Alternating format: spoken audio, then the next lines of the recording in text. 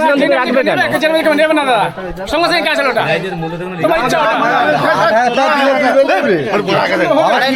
ওই টাকা এই টোটোর টাকাটা দিতে হবে ওদেরকে। যদি না দিস তোকে ওই 18 টাকা মাইনাস করে তোকে 1,20,000 টাকা দেবে। ওরা টাকাই দেবে না কেন?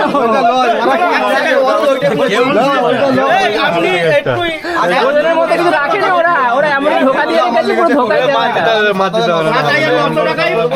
7,900 টাকাই দেবেন, কোম্পানি থেকে ফোন করবো, আপনি মালে এসে দিয়ে যাবে, এখানে দিয়ে যাবে। ও বাবা, কোম্পানি এসে দিয়ে যাবে? কোন কোম্পানিকে আমরা চিনি?